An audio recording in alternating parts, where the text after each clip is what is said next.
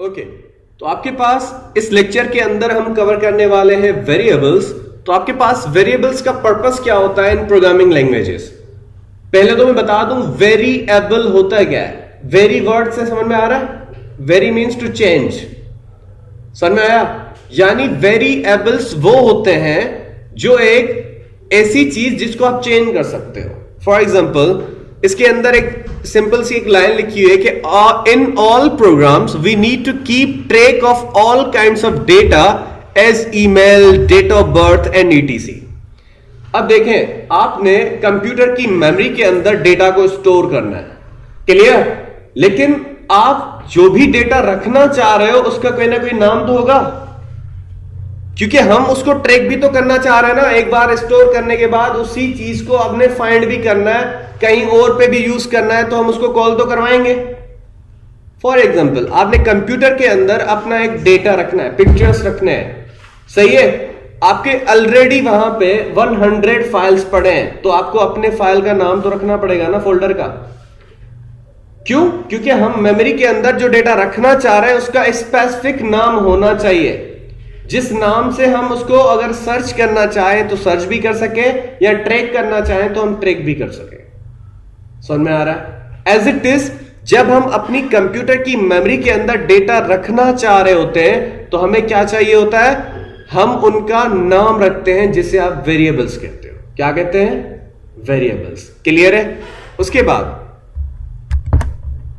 We create variables for the above purpose, जो मैंने अभी आपको बताया कि हम डेटा को ट्रैक करना चाह रहे हैं कि मेरा कौन सा डेटा और किस नाम से मैंने रखा है, उसी को मुझे कॉल करके यूज करना है। क्लियर है सबको? उसके बाद variable is a container grabbing a piece of memory and giving it a name so we can use it in JavaScript. तो आप ऐसा समझ लो, एक कंटेनर है जिसमें आप डेटा रखते हो और वहां से ही आप उसको यूज करते हो। समझ में आ रहा है सबको? We create variables with the word VAR। जब भी जावास्क्रिप्ट के अंदर हम कोई वेरिएबल बनाते हैं तो एक कीवर्ड यूज करते हैं जिसे आप VAR कहते हो। क्लियर है सबको? उसके बाद एग्जांपल इसका ऐसे है कि वेरिएबल VAR आप जो है कीवर्ड देंगे, एक सिंटैक्स है, लिखने का तरीका होता है ना वो। आप VAR लिखेंगे, VAR के बाद क्या दे दोगे? उस वेरिएबल का नाम, जो आपने अभी क्या रखा है? वैल्यू। अब इस वेरिएबल का नाम क्या है? वैल्यू है। इसके अंदर अगर मैं वैल्यू, अब कोई भी अगर इसके अंदर डेटा रखना चाह रहा हूं तो मैं रख सकता हूं। क्लियर? अब इसके बाद दूसरा वेरिएबल है हमारे पास नेम। अब ये आपका वेरिएबल का क्या हो गया है? नाम हो चुका है। अब इसके अंदर डेटा आप जो भी रखना चाहें आपकी मर्जी है। बैंक के अंदर अकाउंट ओपन करवाते हो, अब आपने समझ लो अकाउंट ओपन करवा लिया है, उसके अंदर आपने जितना भी अमाउंट रखना है रख लो। कल को वो आपके नाम से ही अकाउंट जाना जाएगा कि ये इसका अकाउंट है, साकिब का अकाउंट है या इसका अकाउंट है। समझ में आ रहा है सबको? क्लियर? उसके बाद अब यहां पे देखें, ये आपकी मेमोरी के अंदर डेटा कैसे स्टोर होती है। आपके पास वेरिएबल है, आप वेरिएबल को डिक्लेयर करने के लिए जावास्क्रिप्ट के अंदर VAR कीवर्ड यूज करते हो। उसके बाद उस वेरिएबल का नाम रखते हैं हम, और आपके इस वेरिएबल का नाम A है। क्या है नाम? A।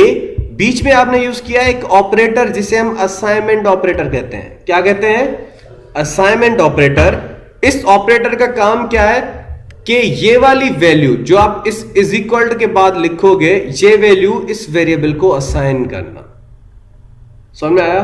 और इस वेरिएबल को हम कहते हैं असाइनमेंट ऑपरेटर। असाइनमेंट इसीलिए कहते हैं कि ये वैल्यू असाइन करता है किसी भी वेरिएबल को या कांस्टेंट को। समझ में आया सबको? क्लियर है? अब देखें, आपने ऐसे वेरिएबल बनाया, आपने जैसे ही कोड को एग्जीक्यूट किया तो वो हीप मेमोरी के अंदर जाके इसी वेरिएबल के नाम से एक वैल्यू स्टोर कर देगा 100। समझ में आया? अब अगर मुझे कल को इसी A को ऐड करवाना है कुछ और वैल्यू, तो मैं कॉल करवा दूंगा इसी A से। समझ में आ रहा है सबको? कि A प्लस B करवा दो। B के अंदर भी आपने 50 रखा है, A के अंदर 100 रखा है, हम दोनों वेरिएबल्स को कॉल करके यूज कर लेंगे। समझ में आया? और वेरिएबल चेंज हो सकते हैं। Vary means to change. Clear? उसके बाद हीप मेमोरी क्या होती है? हीप मेमोरी वो होती है जहां पे आप डेटा रखते हो, आपकी वेरिएबल्स वगैरह जहां पे आप स्टोर करवाते हो, उसको हम क्या कहते हैं? हीप मेमोरी कहते हैं। क्लियर? उसके बाद जावास्क्रिप्ट वेरिएबल स्कोप। अब इनका एक स्कोप होता है। आई होप आपको वेरिएबल समझ में आ गया होगा। सही है कि वेरिएबल क्या होते हैं। अब हम पढ़ते हैं स्कोप के इनकी एक्सिस कहां तक है, कौन से वेरिएबल है, कितने टाइप के हैं, और कौन से वेरिएबल को हम कहां पे कॉल कर सकते हैं। समझ में आ रहा है सबको? क्लियर? अच्छा, अब एक स्कोप होता है कि कौन से वेरिएबल को हम कहां तक एक्सेस कर सकते हैं अपने प्रोग्राम के अंदर। सही है? The scope of a variable is the region of your program in which it is defined. यानी कि एक एरिया होती है, एक स्पेसिफिक एरिया जहां पे आप वेरिएबल को बना रहे हो, उसको हम क्या कहते हैं? वेरिएबल स्कोप कहते हैं। सही है?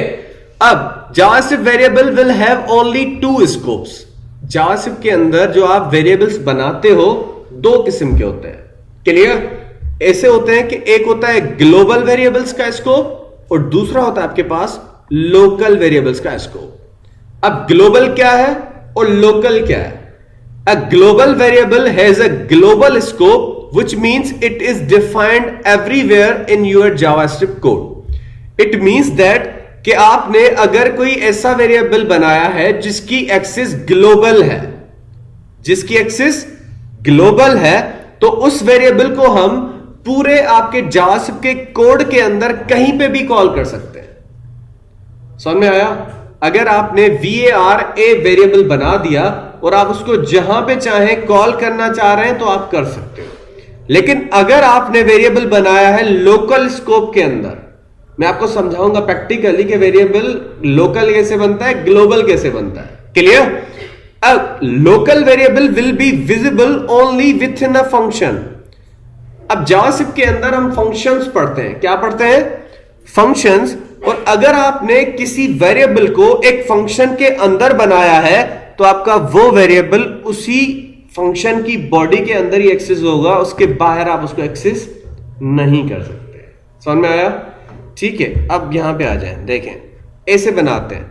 अगर आपने var a is equal to 22 बनाया है ऊपर, ये आपका कौन सा है? ग्लोबल वेरिएबल है। ये क्या है? इसको अगर मैं पूरी स्क्रिप्ट के अंदर कहीं पे भी कॉल करवाना चाहूं तो मैं करवा सकता हूं। लेकिन अगर हम बात करते हैं फंक्शंस के अंदर, ये मेरा फंक्शन है, यहां से इसकी बॉडी स्टार्ट हुई, यहां पे इसकी बॉडी क्लोज हो गई। फंक्शन हम पढ़ेंगे जावास्क्रिप्ट के अंदर, इसी कोर्स के अंदर। तो आपका ये वेरिएबल, ये जो आपने बनाया, ये सिर्फ इसी फंक्शन की स्टार्टिंग और एंडिंग के अंदर ही एक्सेस हो सकता है, इसके बाहर हम उसको एक्सेस नहीं कर सकते। लेकिन ग्लोबल वेरिएबल्स को चाहे फंक्शंस के अंदर कॉल कर लो, कहीं पे भी, पूरे स्क्रिप्ट जितना भी आप सोर्स कोड लिखते हो ना उस पेज के अंदर, कहीं पे भी उस ऊपर वाले वेरिएबल को कॉल कर लें ग्लोबल को, वो एक्सेस हो जाएगा। समझ में आया? फॉर एग्जांपल हमारे पास आप हैं, हम हैं, बॉयज को अलाउ है, उनको ग्लोबल एक्सेस है कि जितनी देर घर आना है आ जाओ, जहां जाना है जा सकते हो।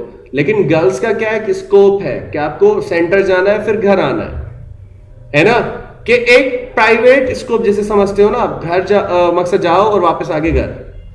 ठीक है? एज इट इज आपके ग्लोबल और आपके क्या है? Local variables. अब आपके पास जावास्क्रिप्ट के जो वेरिएबल्स नेम्स हैं, हम जावास्क्रिप्ट के अंदर वेरिएबल यूज करते हैं, हमें पता है। सही है? वेरिएबल्स के 2 स्कोप होते हैं, हमें पता है। अब अगर हम पढ़ते हैं कि जावास्क्रिप्ट के अंदर जो आप वेरिएबल का नाम असाइन कर रहे हो ना, वो नाम के भी कुछ रूल्स होते हैं। जैसे हम मुसलमान हैं, सही है, तो हमारे जब नाम रखे जाते हैं तो उसके रूल्स हैं कि हम कौन कौन से नाम रख सकते हैं। क्लियर? हम मकसद, जॉन, समटाइम ऐसे नाम नहीं रख सकते। क्लियर है? हमारे कौन से नाम जो इस्लामिक नाम है वही रख सकते हैं, जो हमें अलाउ किए गए हैं, वो रूल्स है ना उसके। फॉर एग्जाम्पल मैं आपको सिर्फ समझाने के लिए बता रहा हूं। जैसे हिंदू है, हिंदुओं के अपने नाम है, वो वही रख सकते हैं, कोई और नाम उनको जो अलाउ नहीं है वो नहीं रख सकते। फॉर एग्जाम्पल हम तो अलाउ कर देते हैं, इट्स ओके। सही है? ओके, तो अब यहां पे आ जाए। किसी प्रोग्रामिंग लैंग्वेज के अंदर अगर हम कोई नाम देना चाह रहे हैं किसी वेरिएबल का, तो क्या होगा? While naming your variables in JavaScript keep following rules in mind. यानी कि जब भी हम वेरिएबल बना रहे हैं जावास्क्रिप्ट के अंदर, तो तो उसके कौन से वेरिएबल नेम के रूल्स अलाउ हैं, कौन से आपके अलाउ नहीं है। You should not use any of the JavaScript reserved keyword as a variable name. अब कुछ ऐसे जावास्क्रिप्ट के रिजर्व्ड कीवर्ड हैं, जैसे var है ना, कीवर्ड है, सही है, फॉर है, इफ है, ये क्या है, ऐसे कीवर्ड, यानी कि ये लैंग्वेज अपने पर्पस के लिए कुछ वर्ड्स यूज करती है जो रिजर्व्ड है। वो क्या है, रिजर्व्ड है। तो उन वेरिएबल्स जो आप वेरिएबल बना रहे हो, तो उस वेरिएबल के नाम के अंदर उन रिजर्व्ड कीवर्ड्स को आप यूज नहीं कर सकते। क्लियर है, मैं समझाऊंगा कैसे। फॉर एग्जाम्पल, ब्रेक और boolean variable names are not valid, क्योंकि ब्रेक और बुलियन क्या है, ये कीवर्ड है। क्लियर, इन दोनों वर्ड्स को, इवन बहुत सारे कीवर्ड हैं, ये नहीं है, जिनको हम एज अ वेरिएबल का नाम जो हम देते हैं ना, उस वेरिएबल का नाम हम ब्रेक या बुलियन नहीं रख सकते। क्यों? क्योंकि ये दोनों या उसके अलावा भी कुछ कीवर्ड्स हैं जो ऑलरेडी इस जावास्क्रिप्ट के पास रिजर्व्ड हैं। ये अपने पर्पस के लिए उनको यूज करती है। आप उनको अगर वेरिएबल के नाम के थ्रू यूज करेंगे तो फिर वो सेम नेम हो जाएंगे, सही है, जो वो आपको अलाउ नहीं करती according two variable names rules. Clear? उसके बाद JavaScript variable names should not start with a numerical. आप नंबर से वेरिएबल का नाम नहीं दे सकते। समझ में आया? वेरिएबल का नाम आप नंबर्स के साथ नहीं दे सकते। फॉर एग्जांपल यहां पे आते हैं, अगर मैं यहां पे वेरिएबल का नाम ऐसे रखना चाह रहा हूं, आप क्या लिखेंगे, var कीवर्ड, ठीक है, और आप अगर यहां पे एक नंबर दे रहे हो, क्या दे रहे हैं, नंबर। फॉर एग्जाम्पल मैंने दे दिया 1 2 इज इक्वल टू वैल्यू आप रख रहे हो अर्ली, तो आप वेरिएबल का नाम न्यूमेरिक जो है नहीं रख सकते। वेरिएबल का नाम न्यूमेरिक नहीं होगा, आपको var कीवर्ड देना है। समझ में आ रहा है? हाँ, आप इसको अल्फाबेट बना सकते हो, अल्फाबेट के अंदर आप इसका नाम रख सकते हो वेरिएबल का। समझ में आया? हाँ, A1 तो अलाउ है, ठीक है, बाकी रूल्स मैं आपको बता रहा हूं 1 बाय 1, सही है, बहुत सारे रूल्स हैं, आपको 1 बाय 1 बताता हूं। उसके बाद they must begin with a letter और द अंडरस्कोर कैरेक्टर। हाँ, अगर आपको नंबर ही देने हैं ना वेरिएबल के नाम के अंदर, तो आप पहले क्या करो, एक अंडरस्कोर, शिफ्ट के साथ माइनस की सिंबल आप प्रेस करोगे ना, शिफ्ट के साथ माइनस की सिंबल, तो एक अंडरस्कोर सिंबल आ जाएगी। उसके साथ अगर आप 1 2 भी लिख रहे हो तो वो अलाउ है, वो अलाउ है। समझ में आ रहा है? क्यों? क्योंकि आपके पास अगर नंबर्स के ही साथ नाम रखना है तो अंडरस्कोर आपको पहले देना पड़ेगा। क्लियर? उसके बाद अगर आपको अल्फाबेट पहले देना है फिर नंबर जितने भी देने हैं तो ये भी अलाउ नेम है, ये भी आप अलाउ कर सकते हो। समझ में आया? ये वैलिड है। अगर हम बात करते हैं कि अगर आप स्पेसेस देते हो वेरिएबल के नाम के अंदर तो ये भी अलाउ नहीं है, ये भी अलाउ नहीं है, सही है। तो वेरिएबल के नाम के अंदर स्पेस देना अलाउ नहीं है, स्पेस की जगह पे अंडरस्कोर यूज कर लो तो वो अलाउ है। समझ में आ रहा है? क्लियर है सबको? हाँ, आप किसी स्पेशल कैरेक्टर को यूज नहीं कर सकते विदाउट अंडरस्कोर। अंडरस्कोर को हम यूज कर सकते हैं, और एक दूसरी है जो जावास्क्रिप्ट के अंदर अलाउ है, जिसको हम डॉलर सिंबल कहते हैं। कौन सी? डॉलर सिंबल के साथ आप वेरिएबल नाम बना सकते हो, लेकिन जहां पे भी इस वेरिएबल को कॉल करोगे वहां पे डॉलर देना जरूरी है, सही है। ये आपकी एक लॉजिक बता रहा हूं, वैसे ये नाम्स के अंदर, रूल्स के अंदर डिफाइन नहीं है, सही है। ये मैंने खुद ट्राई करके देखी है, चीजें तो अप्लाई हो रही हैं। क्लियर? उसके बाद आपके पास अगर आप एबीसी से पहले भी अंडरस्कोर लिखते हो तो अलाउ है। क्लियर? हाँ, अगर आप एक अंडरस्कोर, दूसरा डॉलर सिंबल, उसके अलावा जितने भी स्पेशल कैरेक्टर हैं उनको आप as a variable name use नहीं कर सकते। सपोज परसेंटेज की सिंबल हम वेरिएबल के नाम के अंदर यूज नहीं कर सकते। कहीं पे भी लिखो, स्टार्ट में, एंड में, आपको एरर आएगा। भले आप अंडरस्कोर पहले दे दें फिर भी आपको एरर आएगा। समझ में आया? बाद में दें अंडरस्कोर, पहले दें, विदाउट अंडरस्कोर और डॉलर सिंबल आप वेरिएबल का नाम नहीं दे सकते इन जावास्क्रिप्ट, सही है। तो ये कुछ रूल्स थे अकॉर्डिंग टू वेरिएबल नेम्स, सही है, ये मैंने आपको बता दिए। अच्छा, लास्ट पॉइंट, जहां से variable names are case sensitive, for example name and small name are two different variables. मैंने आपको तब भी बताया था पहले कि वेरिएबल के अंदर अगर आप अल्फाबेट किसी को कैपिटल कर रहे हो, किसी को स्मॉल कर रहे हो, तो वो दोनों नाम अलग हो जाएंगे, क्योंकि ये केस सेंसिटिव प्रोग्रामिंग लैंग्वेज है। क्लियर? ठीक है। अच्छा, ये था आपके पास आज सिर्फ वेरिएबल्स। तो नेक्स्ट के अंदर डेटा टाइप पढ़ते हैं। क्लियर है?